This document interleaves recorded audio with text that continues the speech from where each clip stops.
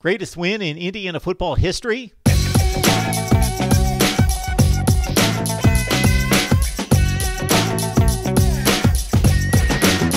MarkRogersTV, the voice of college football. Instant analysis of Indiana's improbable, impossible, miraculous win over Penn State 36-35. Smash that like button, especially you Hoosier fans or fans of the underdog, the upset, the downtrodden. Here at MarkRogersTV, the voice of college football. Share the videos on social media. And, of course, subscribe. Hit the bell for the notifications. That way you know when we're going live like we are after Michigan-Minnesota wrap up tonight. All right, let's get to this one. It has more to do with history. And now what will the Hoosiers and Tom Allen do with this victory going forward? If you watched the game, I don't need to go through the play-by-play. I will hit the highlights. I will point out the key moments and actually the key directions of the game that resulted in the outcome, but also will move forward for both Penn State and Indiana through this football season. And before we get to the finish, let's start with the beginning and another negative note for Penn State football as they embark on this 2020 season. Journey Brown announced this week that he may miss the entirety of the 2020 season. Nobody knows at this point. So Journey Brown, the Penn State running back who rushed for 200 yards plus in last season's Cotton Bowl and became one of the premier runners in college football, already out. Well, Penn State was stocked and loaded at running back, but Noah Cain was taken out of the game after just one series and 3 carries. So now we're down to our number 3 running back at Penn State, still a top 5 running back coming out of high school in Devitt Ford. He went 20 carries for 69 yards on the game. So this became a situation in which Penn State made mistakes, dominated in yardage and time of possession, should have had a huge lead, but continued to blow opportunity after opportunity. Indiana and Tom Allen, on the other hand, opportunistic in this historic win. And as I am taking you through this game and the climax of this game, think about a bigger win in Indiana football history. The first one that comes to mind for me, Lee Corso and Indiana football winning a Holiday Bowl in 1978 over BYU in a tremendous down-to-the-wire game. Indiana's played a lot of exciting games, just like everybody else has, but when have they won a significant game? They finished 8-4 last year. Their best 2 wins were against Nebraska and Purdue. They have not won a bowl game since like 1993. Indiana football has been among the worst in college football. And this is Indiana's first win over a top 10 team since beating Ohio State at the Shoe in 1987, 31-10. And now with this win, Indiana breaks a streak of 42 consecutive losses to top 10 teams. So they have not beaten anyone good in forever. And now it remains to be seen whether this Penn State team is really that good. That Ohio State team did not finish in the top 25 in 1987.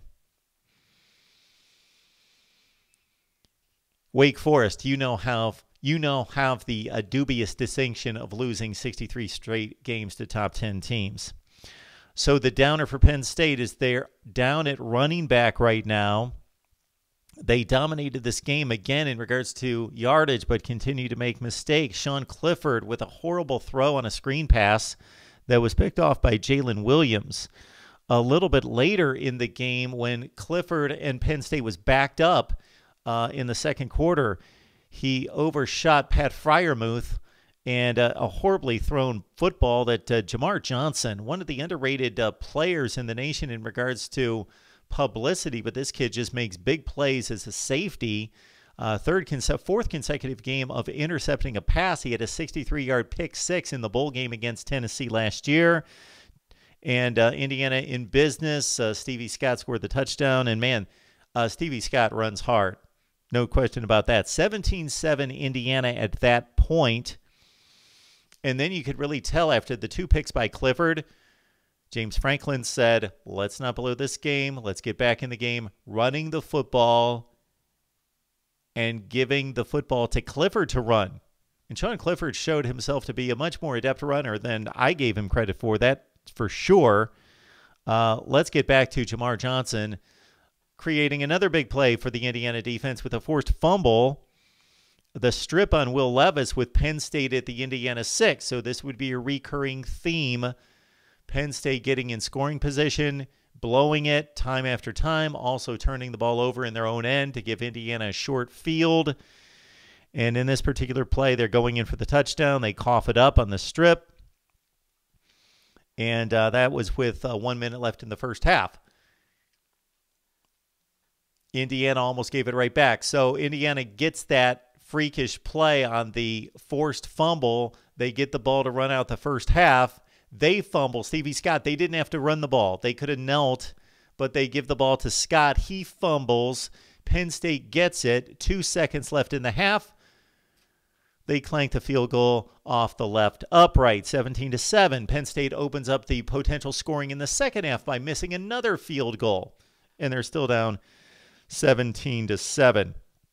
Again, Sean Clifford, check out, if you don't believe me, check out the clips. My goodness, I didn't think that he was, I've seen him play probably 8 or 10 games, but had not realized that he was this fluid in the open field, or maybe this says something about the Indiana defensive, usually linebackers and defensive backs that were trying to tackle Clifford in the open field. He juked a number of guys in the open field, ran it 17 times for 119 yards. That doesn't include sacks as well. And he took it in from 35 yards out to make it 17-14.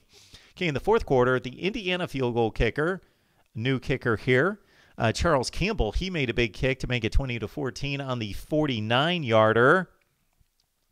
Caleb Jones stuffed Kevon Lee, who started to get the second half carries for Penn State on a 4th and 1 at the Indiana 28. So again, Penn State basically in the red zone, coughs it up again on a 4th and 1. All right, Indiana could have salted this game away. They were up 20-14 with about 3 minutes left, 3 to 4 minutes left. Dropped pass on what would have been a third down conversion into a first down by Ray McCall. And that looked like that was going to be the end for Indiana after Jahan Dotson made what we thought at the time might be the play of the game. And then there was a zillion plays at the game after that, followed up by Michael Penix making the play of the season thus far. So you had Jahan Dotson getting behind the defense for 60 yards, blown coverage by Indiana with 2.5 minutes left to play. Clifford hit him in stride, 21-20 Penn State. Okay, key sequence right here. Nittany Lions up 21-20. They completely shut down Indiana's next series. Shaka Toney had the series of his life, and he's a great player off the edge. 2 consecutive sacks, and then he forced a throw out of bounds, a throwaway to Michael Penix to set up the 4th and 21. And then Indiana gave up the ball at its own 14, figuring we've got to convert to continue this game. It's a 4th and 21. We've got little chance of making it. They didn't make it, but they gave it up to Penn State at their own 14. So think about the win probability, which was reported on Twitter. I saw it, 99.9% for Penn State. They're up 21-20. They've got the ball with like 1:45 left at the Indiana 14. Tom Allen says, let him score. Devin Ford gets to the 1-yard line, kind of looks around for a second and kind of stumbles into the end zone. It was kind of a Ahmad Bradshaw Super Bowl type play from almost 10 years ago. So Ford scores in 5 seconds. And Indiana, Penn State goes up 28-20. So they kick the extra point. Think about this. Smart play by Tom Allen. The only way you can win the game is to get the ball back down 28-20 with about $1.45 left at that point. All right. They drive it down the field. Michael Penix, who was pretty sporadic the entire day, pulled his game together in the final 90 seconds of the game. Led a 75-yard scoring drive. He was on the money. His touchdown run with 22 seconds left was a tremendous play on a 4th down play in which he was boxed up and surrounded in the pocket. He made his way out, scored the what would be game-tying touchdown to send it to overtime, 28-all. Penn State scored in the OT session, 35-28. Now here comes the historic drama. Penix makes the pretty throw to the corner for the touchdown to make it 35-34. And Tom Allen says, let's end the game right here. Let's win it. I don't necessarily agree with these calls that coaches make sometimes to end it. Typically, it's the theory that if you view yourself as the lesser team, you want to end the game. Give me one shot to win the game. I don't know what Tom Allen thinks of his football team down deep in regards to their comparison versus Penn State, but if you look at the time of possession and especially the total yardage, it's easy to believe that Tom Allen thinks that Penn State's just a better football team, man for man.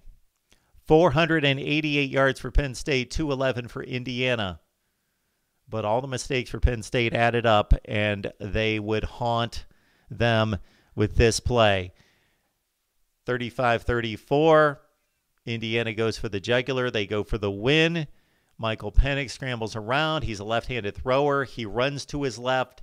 He goes for the left pylon.